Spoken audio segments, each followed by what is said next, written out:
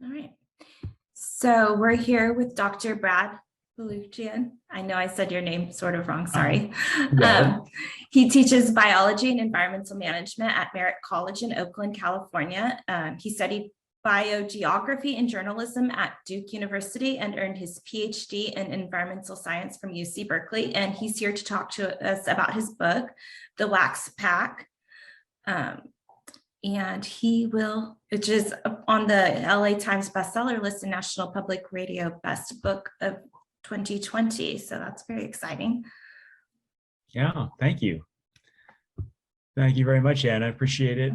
Thanks for everyone who's here for attending. So I actually wanted to start by just saying how happy I am to be talking to a Fresno audience.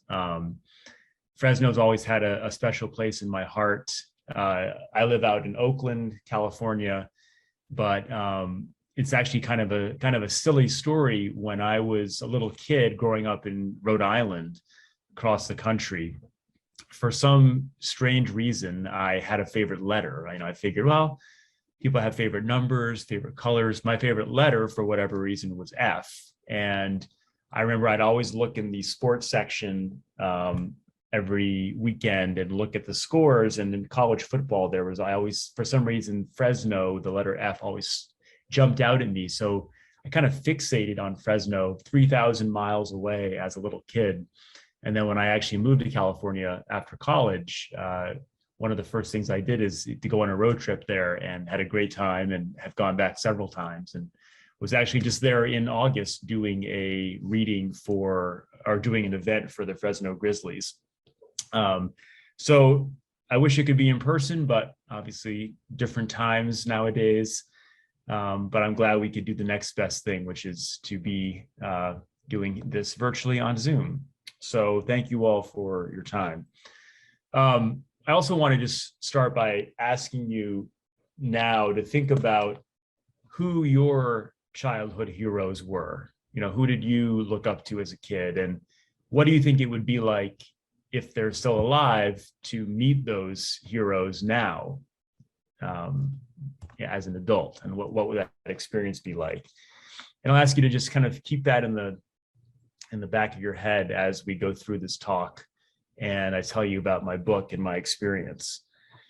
I'm going to talk for probably 45 minutes. I wish I could see you guys, but I know that the setup doesn't allow that. I will use PowerPoint, so I'll share my screen for some of the presentation. And what I want to do is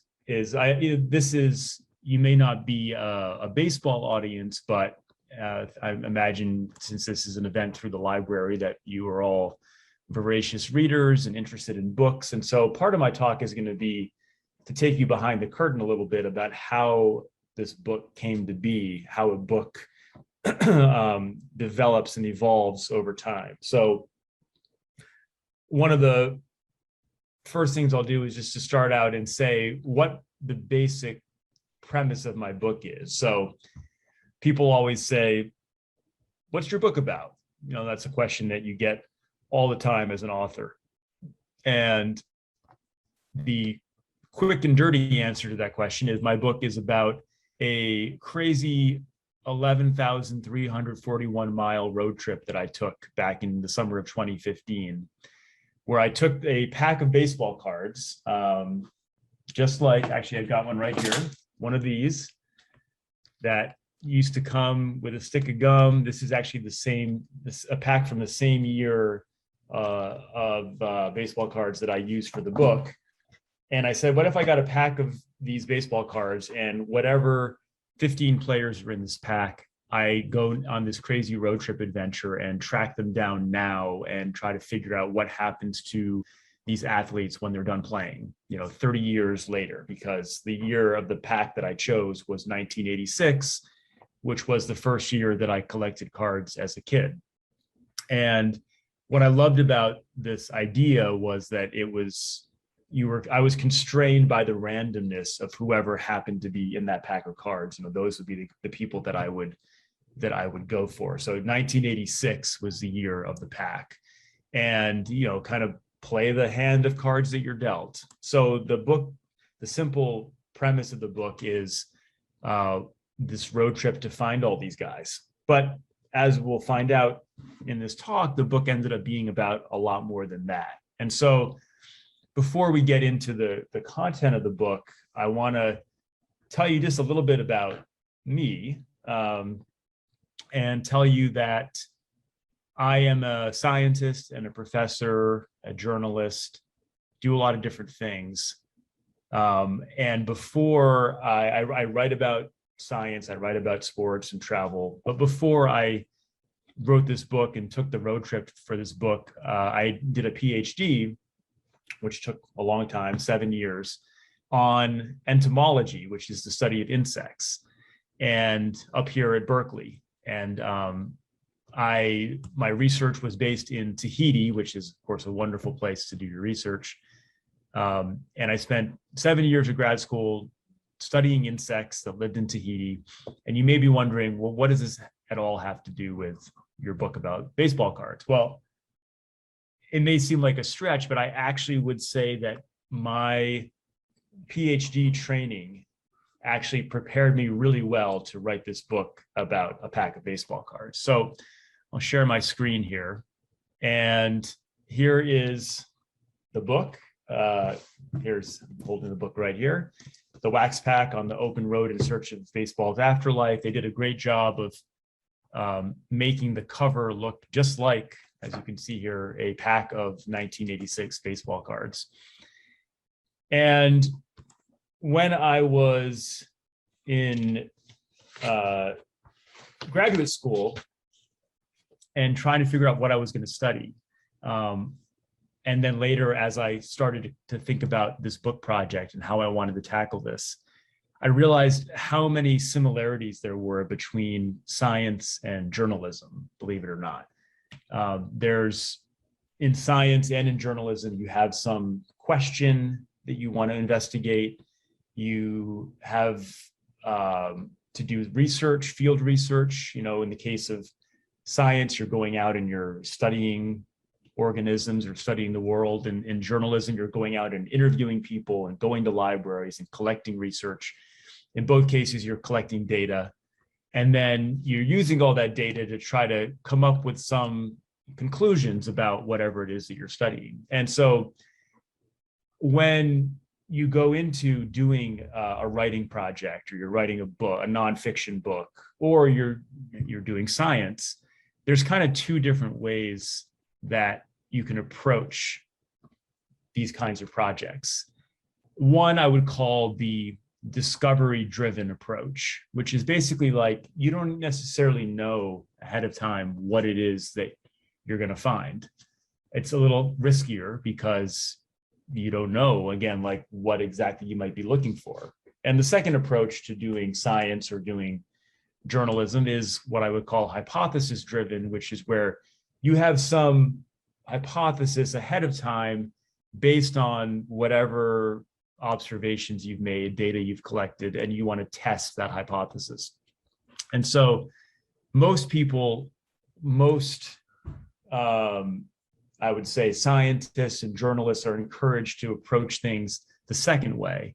And always right from the start, I was about the first approach, the discovery-driven approach, basically being inspired by the thrill of discovery and not knowing what you're going to find. So I say all this to say that when I was preparing to take my road trip to do this baseball book, I didn't necessarily even know what I was going to be looking for, because I had to get out there to actually know what it was that I was going to be writing about. And that made it really hard to get a book deal and to get a publisher, because, you know, publishers are very risk averse and they want to know exactly everything about what your book is about ahead of time. And I didn't necessarily know that. So here's a slide just to show you when in my PhD, I studied these insects called plant bugs that only live in Tahiti. And they're all these different pretty colors and reds and yellows and greens. And it's sort of an example of, like, if you know the famous Darwin finches in the Galapagos Islands, these stories of we call an adaptive radiation, where one species millions of years ago gets to an island and then over millions of years evolves into all these other species as it evolves to different habitats on the islands. Well, that's what happened with these plant bugs and sort of why they look very different and have become all these different species. So when I went to Tahiti to go do my research, I didn't really know that I was going to find all these species. I didn't have that hypothesis ahead of time, but I ended up having a wonderful project because I was able to go in there with that, discovery approach of, let's see what we're going to find. And I would say I did the same thing with these baseball players. So here is a nice picture that shows you the book and then the 15 cards of baseball players that were inside that pack of cards. And the same way that, I put these insects literally under a microscope to study them and figure out what they were, when I set out to do this road trip, opened up this pack of baseball cards to find these players, I was basically, putting these players under a metaphorical microscope to try to figure out what happened with the rest of their lives. And so even though I didn't have everything figured out ahead of time, I did have some general questions that I was interested in investigating with this book. I knew that, these players, this era, 1986, these were the guys, whose cards I collected as a kid. And so I knew that now this took place in 2015. I knew that I was now in my mid-30s, the same age that these guys were when their careers were winding down, and they had to sort of figure out, okay, what do I do next? Because, athletes are one of the only professions in the world where once you're in your mid-30s, you're washed up and you can never do the one thing that you've spent all your time thinking about. You can never do it again, right? Which is hard to imagine for all of us, like what that would be like. If someone came to me and said, Brad, now I'm 41, but you're 41, you can never write another book or article or teach another class, it would be devastating. I don't know what I would do. So one of the things I was interested in from the get-go with this project was, what did these guys do right at that moment when they were done playing and they retired? Like, what was that process like for them in making that transition from being a famous baseball player to the rest of your life? And so that was one thing that I was interested in investigating when I started the project. Another thing that I was curious about was, would even though I just told you about kind of the discovery versus the hypothesis approach, I did have some hypotheses. And one of them was, I thought maybe that the more successful players, the guys that were the bigger star players, would actually be less well-adjusted and less happy in their post-baseball lives than the guys that were not as famous playing baseball. Just because I figured, that spotlight and that fame and all that attention can often ruin people, or they can go to their head and make it hard to come down off of that high that they're on. So here's and again, this book was very much a passion project, a labor of love. That's me when I was about 6-7 years old and collecting all these baseball cards. I still have a lot of these cards. I just got some right here, and all these are all from that same year, 1986.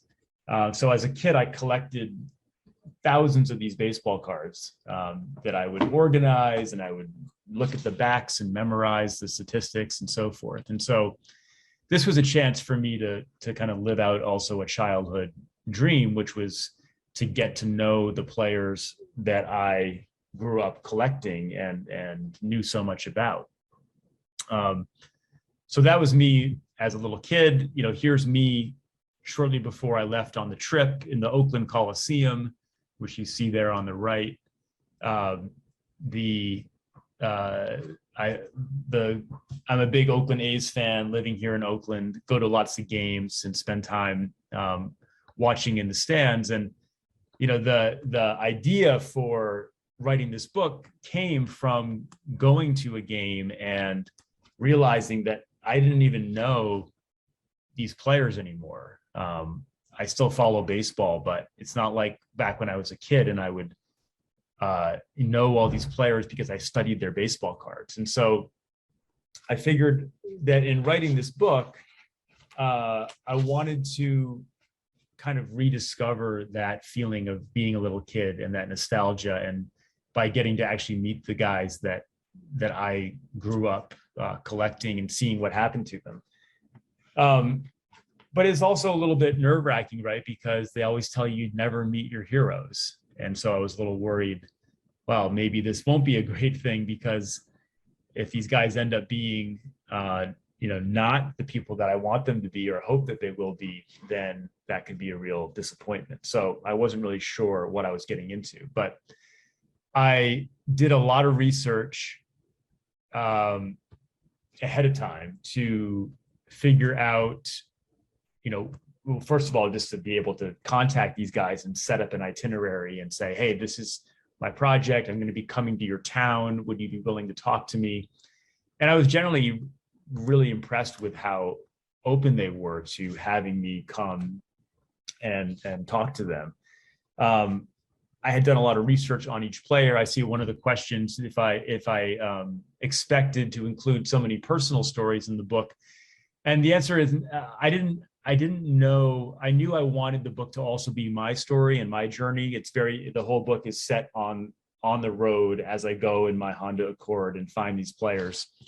I didn't know ahead of time how much I was going to divulge of my personal life, but I knew I wanted to be an active character in the story so the reader could see me responding and reacting to these guys that were my heroes as a kid. I also didn't know how open they were going to be to some of the questions that I was going to ask, because I also wanted to really focus on the human side of this story, that get to know these guys as people, not just as baseball players. So I wasn't interested in just reliving the same, baseball memories over and over again. I wanted to really find out who they were as people and kind of what the challenges were that they had faced in their post-baseball lives. So I take the trip in that car, which looks better. It doesn't look great there, but my 2002 Honda Accord, which at the time of the trip had about 150,000 miles on the odometer. And actually just last week, I finally stopped driving the car when it basically quit on me at 260,000 miles. So I went on this trip by myself without a book deal or any kind of, guarantee of this working. It was all done on my own, taking a chance. And so it was, again, taking a big risk going out there and taking 7 weeks in the summer to take this adventure. So I'm going to show you a few of the players that I came across. And if you're a baseball fan, you might know these guys. If not, I'll just tell you a little bit about them. So here's one for California. Steve Yeager, longtime Los Angeles Dodger catcher. There you can see his baseball card from the pack on the left. And then there he is when I found him at his Jersey Mike sub shop in Granada Hills in the Valley in Los Angeles. And there he is now holding up one of the packs of cards. And I chose to include Steve Yeager because he was one of several of these players who really caught me off guard and surprised me with how candid they were willing to be and how vulnerable they were willing to be. People ask about, again, what is my book about? And often instead of saying the whole thing about going on the road trip, I say it really is about vulnerability. And someone like Steve Yeager, for example, everything I'd read about him in the press from when he was a player said he was this kind of brash, outspoken, kind of cocky player. So when I met up with him, I didn't think he was going to let his guard down at all. But within a half an hour of talking to him, he's telling me about how his father was an alcoholic, and he had such a difficult relationship with his dad that the first time his dad came to watch him play in, I think it was in Cincinnati, the Reds and the Dodgers, his dad got so drunk he passed out during the game in the clubhouse. And so when Steve came back from the game, there's his dad lying there, and it's like, wow, that was just the beginning of several stories of guys that had really tortured, dysfunctional relationships with their dads. And that was not something yet I could never have expected going into the project. But I found that if you ask the right questions and you're a good listener and you ask about, tell me about your father, tell me about your childhood, a lot of these guys were willing to open up. So Steve Yeager was one really interesting one. Another California story, Gary Templeton, who played for the Cardinals and then the Padres for many years as a shortstop. And this was another kind of unexpected finding in the book, where Templeton had been this amazing, had so much potential, was so highly touted coming out of Orange County in high school, was a top draft pick by the St. Louis Cardinals.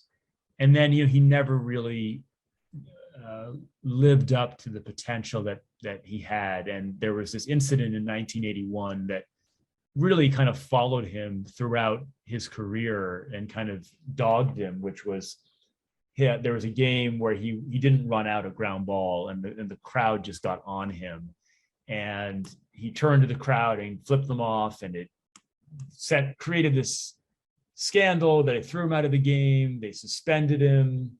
He had to go to a psychiatric hospital to get treatment and evaluated, and all this stuff that kind of gave him a bad reputation. And then when I met up with him on this road trip in San Marcos and talked to him, there he is on the right in his kitchen in his house. We went out, and you can see his wife's in the background. Got to spend a couple of days with him, and he told me kind of the whole story of what happened there, and how what wasn't reported in the press was that when he didn't run out the ground ball and they were booing him, that the things they were calling him, the N-word, this horrible racist stuff that these people were just shouting at him. And so, he was reacting more to that than anything else. But, that's a big part of the story that didn't really get put out there. So that was a whole nother thread that came out of this book, was looking at the role of race in baseball back in the 70s and 80s. And then probably my favorite, obviously I'm a little bit biased, because this guy was my favorite player as a kid, Don Carmen. And I was always unusual that I liked the underdogs. Like, my favorite players were not the star players, but the guys that were more the journeymen. And so Don Carmen was my favorite player as a kid for the Phillies. And I met up with him in Naples, Florida. There he is in his closet holding up one of his old jerseys.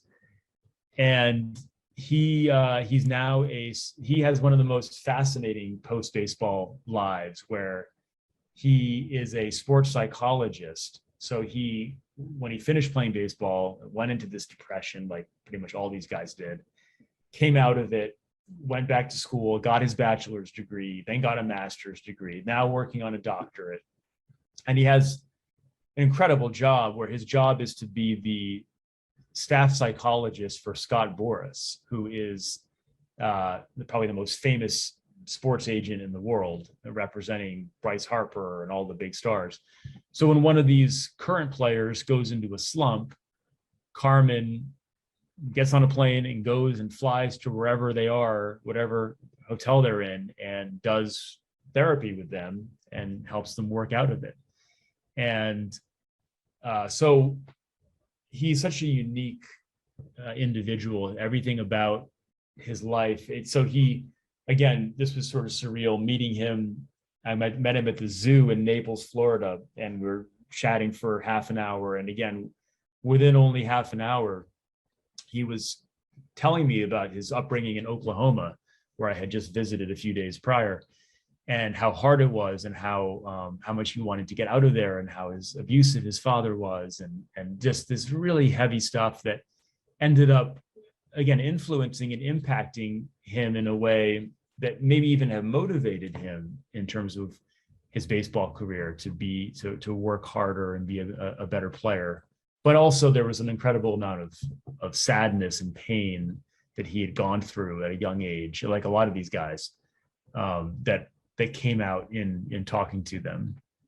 So after, there's 14 cards in the pack, so 14 individual stories, and meeting with these guys all the way from California to upstate New York, and then back across the Midwest in 7 weeks, once in a lifetime trip. I came back, and then I was able to, okay, now I kind of know the story, right? One of your questions earlier, as I went on the trip and realized how much I related to these players, or what they were like when they were my age in their mid-30s, and how much what they told me resonated with me, that's when I realized that I also wanted to be a character needed to be a character in the story, to share my own story of like, okay, here I am in my mid-30s and thought I would be married with kids, and haven't done that, and reflecting on kind of where I'm going to go next in my life. And so, and talking also about my mental health and my own struggles with OCD, and how that relates to some of the challenges that these players have dealt with. So now when people ask me, what's your book about? I have a much more nuanced answer than just about a bunch of baseball cards. And so what I like to say about what my book is about is, and again, not something I would have expected ahead of time, but primarily it's about the father-son relationship, and not just in that field of dreams, feel-good way that we are used to thinking about when we associate with baseball, but also kind of the what I call the one-over father-son relationship, or the inverse of the relationship, which is kind of the darker side of that. And again, how many of these athletes, these players, were really impacted by having really strained or absent relationships with their fathers. On the road trip, my own dad, who I'm very close with, but like every person, I think everyone has some issues with their parents. I've got my own with my dad. And so it was really special to be able to have my dad join me for just a segment of this road trip in New York, where we met up with a player named Lee Mazzilli. And he played for the Mets and the Pirates and several teams. And that was particularly a good person to see with my dad, because Lee Mazzilli is such a family guy. And he is one of the guys that did have a really loving father. And now he's got a son who became a baseball player. So it was really nice to be able to kind of talk through my relationship with my own dad while we were visiting one of these baseball players and talking about his relationship with his kids.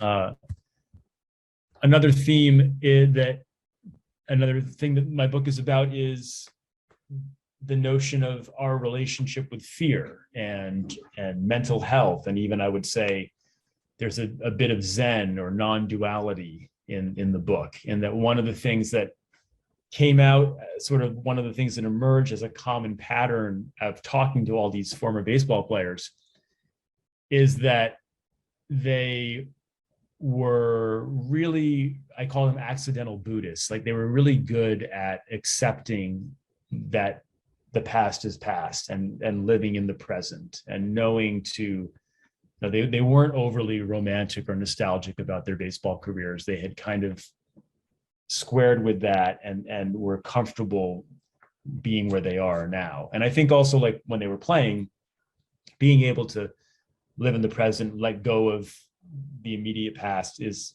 a survival a necessary survival strategy for baseball players, because there's so much failure day in and day out that if you don't know how to let go of the failure really quickly, it's going to consume you, the mental part of the game. And so I put a few quotes in here from the players that I met with that get this point across. And Don Carmen, the guy I was just talking about, said, my intensity came out of fear of not making it, fear of having to go back to Oklahoma. So, he is someone that really knows how crippling fear can be. And so for him, it was his relationship with fear was such a big part of his life that when he stopped playing and he went into a depression, he came out of it by kind of leaning into his fear and becoming a psychologist and really figuring out, that the best way to manage fear is to lean into it and to just accept it and not try to resist it. Steve Yeager said very succinctly, once it's gone, it's gone. Gary Templeton, you can't live in the past, you have to live in the present. Very simple statements, but I could see these guys living it out. I mean, Gary Templeton was very happy as a grandfather in San Marcos, hitting golf balls and enjoying his retirement. And Steve Yeager runs the Jersey Mike's sub shop and does some coaching with the Dodgers, or he did at the time. And they both seem very well adjusted. And at the same time, when I say the non-duality, what I mean is that these guys were generally accepting of where they are in their lives. At the same time, like, they also, a part of them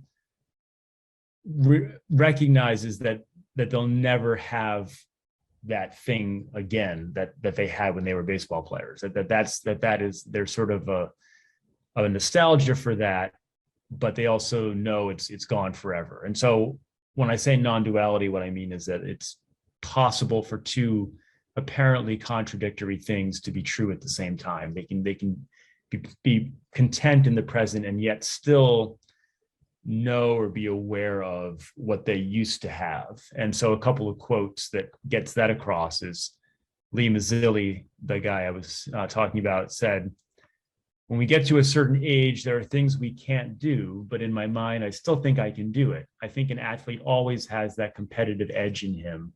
Always. You never lose that." So I think, he's expressing that there's always going to be that part of him that is an athlete.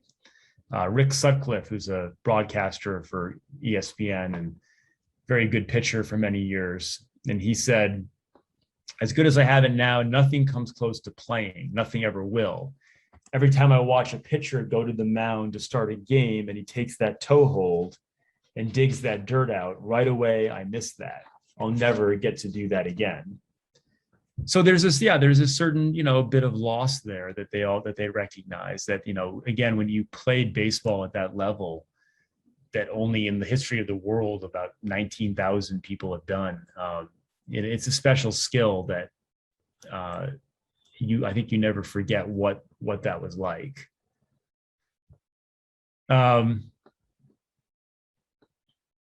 Two more themes that came out in the book, and if you haven't read it already, I'll let you read it on your own, and you can see these things borne out. And I don't want to retell the whole book here, but I think several of these themes emerged after I was able to meet with everybody. Well, and I should say, there were a few players that didn't want to talk to me, and those made for entertaining stories about my attempts to get to them, like Carlton Fisk and Vince Coleman, Gary Pettis. But by and large, the players I was able to spend time with, they were very gracious, very generous with their time. And two of the other themes that came out were what I call the tortoise and the hare, which is kind of what I talked about earlier, when I expected maybe that the guys that were not the star players would have had be more well adjusted than the star players. And sure enough, that was generally true. The underdog players were kind of vindicated in the long run. This is probably best illustrated by Jaime Kokenauer, who was the most obscure player in the pack, the player that probably nobody remembers or has heard of. He only played 4 years for the Milwaukee Brewers. And contrasting that with Carlton Fisk, who was a Hall of Fame player. Carlton Fisk refused to talk to me, wanted nothing to do with me, which wasn't surprising because he's turned down Bob Costas, and he didn't even talk to a guy who wrote an entire biography of him. And then Jaime Kokenauer, who I met up with in Northwest Arkansas and has this beautiful, beautiful lakeside house and is still married to his longtime wife and still has a great job as an accountant because he got his degree while he was still in the minor leagues and had a plan in place for what he would do when he was done playing. And he actually was probably the happiest, most well-adjusted player in the whole pack. Even though he wasn't a great baseball player, he's lived a very fulfilling life. So I think, the fame does take a toll on a lot of these guys. There was a question, did I try to talk to Pete Rose? No, Pete Rose was not in the pack. Pete, I think, would have been difficult. He's quite a character. And I don't know if, he's someone that would have given me the time, but another guy in the pack that was a big star that was challenging was Dwight Gooden, who was a mega star for the New York Mets. And that's kind of a sad story where I had arranged a whole meeting in his house in Long Island. And I'm in his living room talking to his oldest son, and he didn't show up and kind of went off the grid, went AWOL for a few days. And it was actually later found out that it's more of his demons and his relapsing. So that was a sad story. So the other theme that I found was really that the book, I think overall, is an endorsement for taking risks. I've always lived my life following that principle of accepting uncertainty, taking risks, leaning into your fear. Again, when I set out on this trip, I didn't have a book deal. I didn't even know what the book was necessarily going to be about, but I believed in the idea. I believed in the my ability to find the stories that were out there. And so whenever I run across people that are interested in writing or creative process, like I always say, if you believe in it, it's worth taking the risk. It may not work out, but you'll probably be glad you took the risk. And along those lines, I actually chose this Helen Keller quote to lead off the whole book, because it was something that was first given to me when I was going through OCD therapy about 15 years ago in LA. And I talk in the book about my struggle with OCD and how I got through it and how it taught me to deal with fear, and then how I, talk about that with these baseball players and how they manage their fear. And I love this quote from Helen Keller that says, "Security is mostly a superstition. It does not exist in nature, nor do the children of men as a whole experience it. Avoiding danger is no safer in the long run than outright exposure. Life is a daring adventure or nothing." And then to follow that up, Don Carmen, the sports psychologist, quote, "Anger and fear are not my motivators any longer. A big part of my philosophy is I don't get to write the script. Whatever it is, I just get to respond." I quote Viktor Frankl a lot to players, where he said, "The only true freedom we have is the freedom to choose how we respond to a given situation." And so that, to me, is one of the big messages that came out of this book for me, that a reminder that, what we might not always feel or be able to control what we're thinking or what we're feeling. Those things just sometimes just come up, but what we can always control is how we react to our thoughts and feelings and what our behavior is. And, Carmen talked about how, he uses that with current baseball players in terms of getting through their mental challenges and their doubts. And I think it's something that can be applied to everything from baseball to writing books to whatever you're doing in your job, in your life. Knowing what you are in control of and what you aren't in control of, and realizing that often that, the fear is worse than the thing itself. So last thing here is that it was kind of interesting that after I took this whole trip, the book, The Wax Pack itself, became an underdog. So I've always liked the underdogs, came back from that road trip, spent the next few years just getting my head beat in with rejection. 38 publishers said no. And in fact, I went through 2 different agents, and the second agent, he he wrote this to me in an email and said, "I think it sucks reaching the end of the road on any project, and I echo your frustration with my own." Basically saying, like, we're done. You're not going to get this published. That's that. And so he dumped me.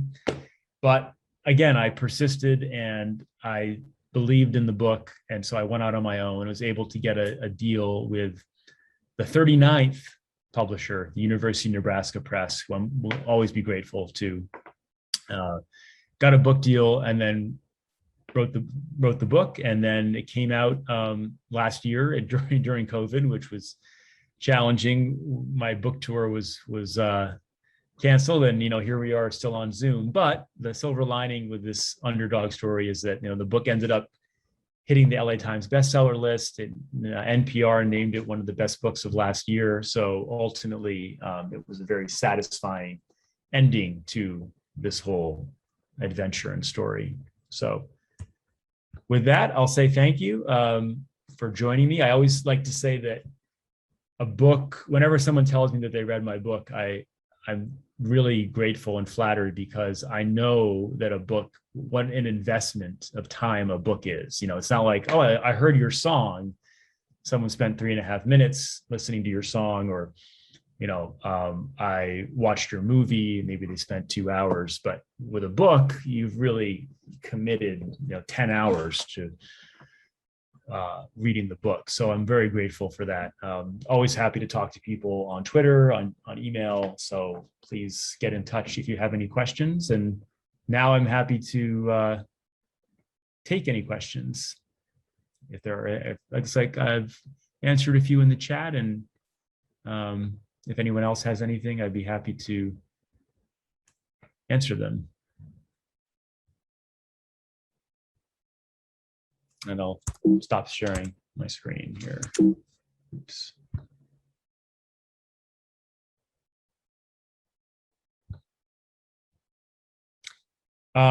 Will I be conducting in-person book events? Yeah, I hope so. The paperback comes out in March, and I'd like to do some events in person if we can do that in the spring. So yeah, bookstores, library. I'd love to go to Fresno, do an event there. So I'm hoping that can happen in the spring. Anything else? Did I consider publishing with Amazon? Well, Amazon pretty much has like a self-publishing platform. So that self-publishing is not ideal, because you have to kind of do all the formatting and editing and everything yourself, and you get no money up front. So in book publishing, generally you want to try to get a book deal from a publisher. Amazon does some electronic stuff, but generally their books, I understand, are often self-published. So when I was down to like that 38th rejection I was thinking maybe I'll just self-publish, or maybe I'll do it self-publish on Amazon. But it didn't come to that, because I was able to get the deal with Nebraska. So, but for people that are interested in writing books, nowadays, if you're a really good promoter and you're an entrepreneur, you can self-publish pretty easily and fairly inexpensively. And then, of course, you get to keep all of the money that comes in, but you also have to put out all the money for the costs. So it's a challenge.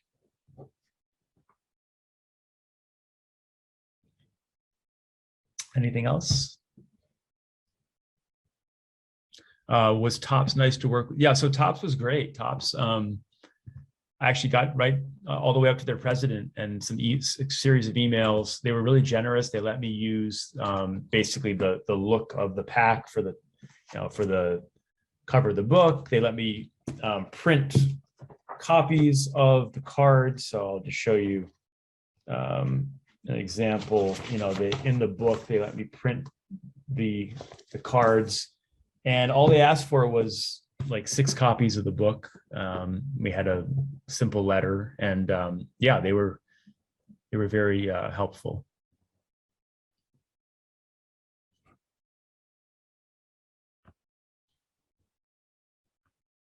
Anything else? Do I have any favorite stadiums outside of Oakland? Well, I do love Oakland, even though it is a dump, but I'm just a purist. I'm a baseball field's a baseball field to me, but I like the Philly Stadium, Citizens Bank Park. What else? Fenway I grew up in Rhode Island, so Fenway is iconic. I really like the Grizzlies Park. I went there in August and saw a game, and really like the minor league stadium. So love to go back again.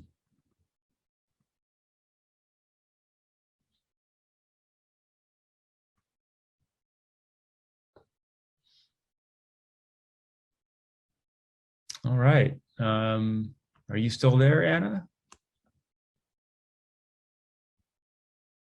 I'm not sure. Yes, I am.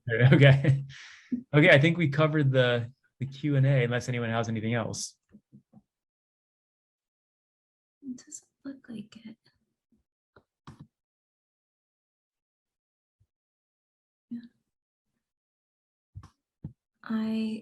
The YouTube, there should be a video up on YouTube in a couple weeks maybe. So if anyone wants to watch any of this again, missed out in the beginning or anything like that. So great.